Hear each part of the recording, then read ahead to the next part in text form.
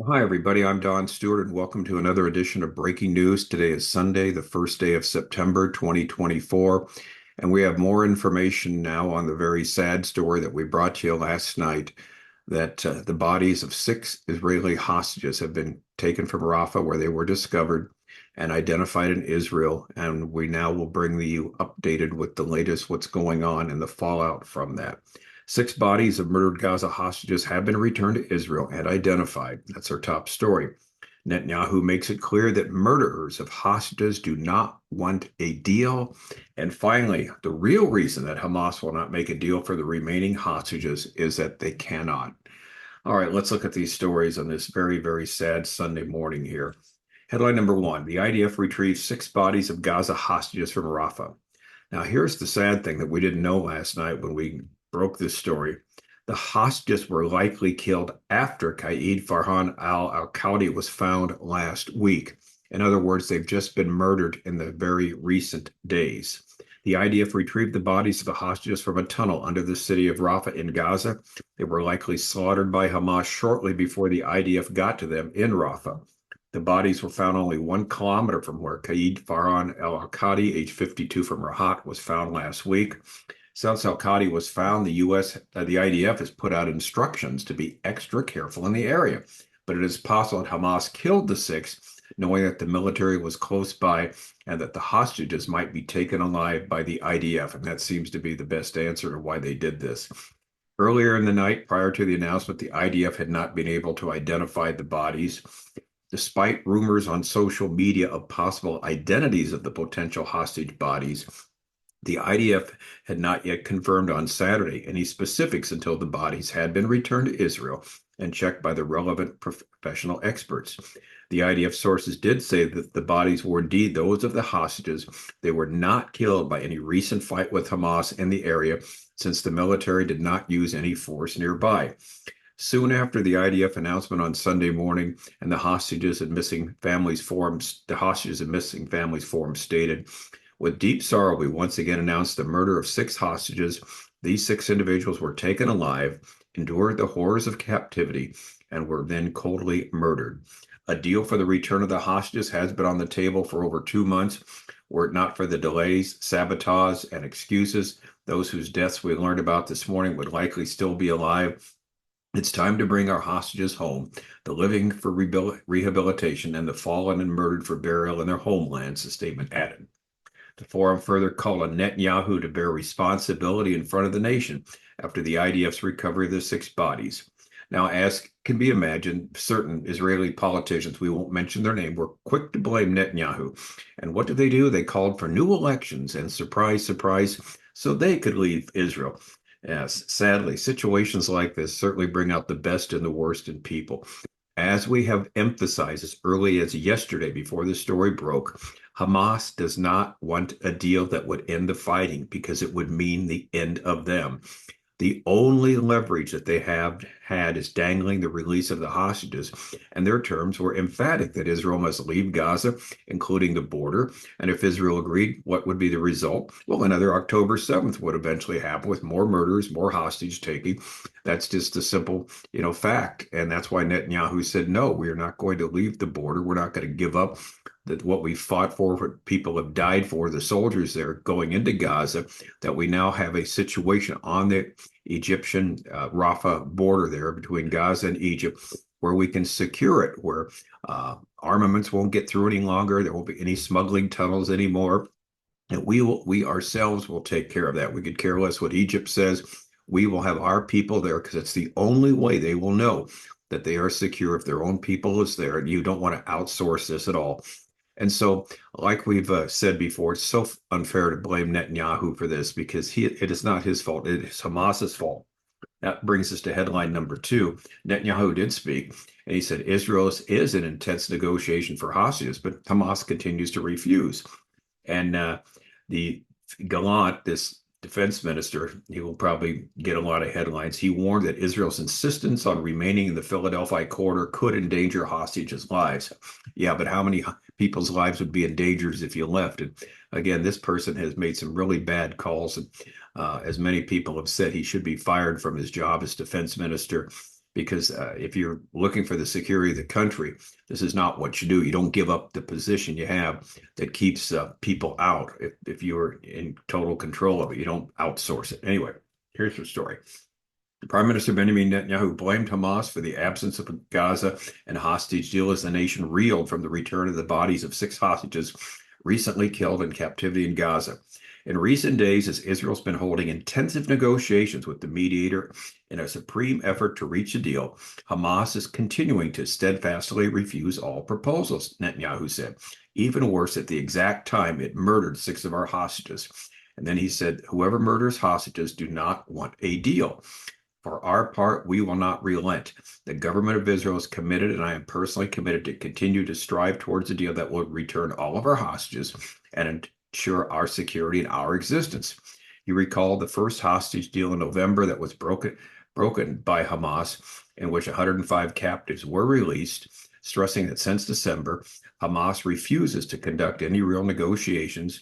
He explained that 3 months ago, on May 27th, Israel had agreed to a 3-phase hostage deal that was unveiled on May 31st. Even after the U.S. updated the deal framework on August 16th, we agreed, and Hamas again refused. He spoke in the aftermath of an intense U.S. push to finalize the May 31st deal, under whose terms 18 to 33 of the hostages would have been freed during a 6-week period in exchange for a lull in the fighting in the Gaza war and the Israeli release of Palestinian security prisoners and terrorists, which include murderers, by the way. 4 of the hostages, Hirsch Goldberg Polim, Eden Yerushalami, Carmel Gat, and Ahmad Sarusi, would likely have been freed in the first phase.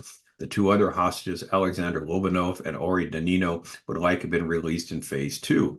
The U.S., along with the main mediators for the deal, Qatar and Egypt, have been unable to close the gaps between the sides, including Israel's insistence that the IDF must remain in a critical buffer zone between Gaza and Egypt, known as the Philadelphia Corridor. The Security Cabinet voted 8-1, as we mentioned here, on Thursday night to back this position against the advice of the defense minister Gallant, who warned that it could kill the deal and endangered the lives of the hostages. Well, their lives were always in danger. And let's face it, Hamas has never had any motivation to release all of the hostages and make some deal. Because, like we said, that would be the end of them. Why would anybody expect them to do this? Now, headline number 3 is something we mentioned the other day. Now, this is from a story that quoted the Jewish Chronicle. Well, we went to the horse's mouth now and got the exact article, and we're going to reiterate this again. And the title of the article in the Jewish Chronicle is "The Real Reason Hamas Can't Free the Remaining Hostages." And here's the story. As few as 20 hostages are believed to be in Hamas's hands, with many being held by smaller groups, and some are being used as shields by Sinwar. Only around 20 of the Israeli hostages are being held by Hamas, and they're kept in handcuffs as human shields around its leader Sinwar, intelligence sources have told the Jewish Chronicle. According to some reports, the terror chief has surrounded himself with all of the captives underground, though other sources have placed the number much lower. Israel has already had several opportunities to eliminate Sinwar after locating the tunnels in which he was hiding, but the attack was not authorized because of the danger to hostages and Palestinian civilians. The rest of the captives, both the living and the dead, and here's the key, are believed to be in the hands of smaller terror groups. It comes after the 52-year-old Kaid Farhan al-Alkadi from the largely Arab city of Rahat in southern Israel was rescued on just a few days ago on Tuesday, again in a complex operation in the Gaza Strip and the south of Gaza Strip.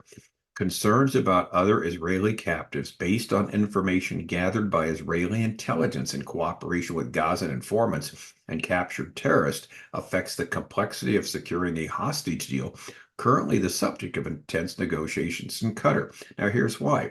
Many Israeli abductees are being held by a menagerie of smaller terror groups like Palestinian Islamic Jihad, the Popular Front for the Liberation of Palestine, the Mujahideen Brigades, the Al-Nasser Salah al-Din Brigades, and the Al-Aqsa Martyrs Brigades.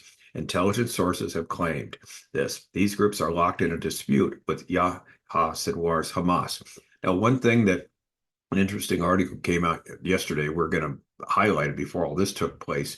that some 6,000 Hamas terrorists on October 7th came into Israel, but another 2,200, we've mentioned this before, Caroline Glick had a story about this, another 2,200 of the citizens of Gaza came into Israel, and they took some of the hostages themselves, citizens of Gaza. And so that's why you see them in so many different groups here, the hostages that remain, and therein lies the problem.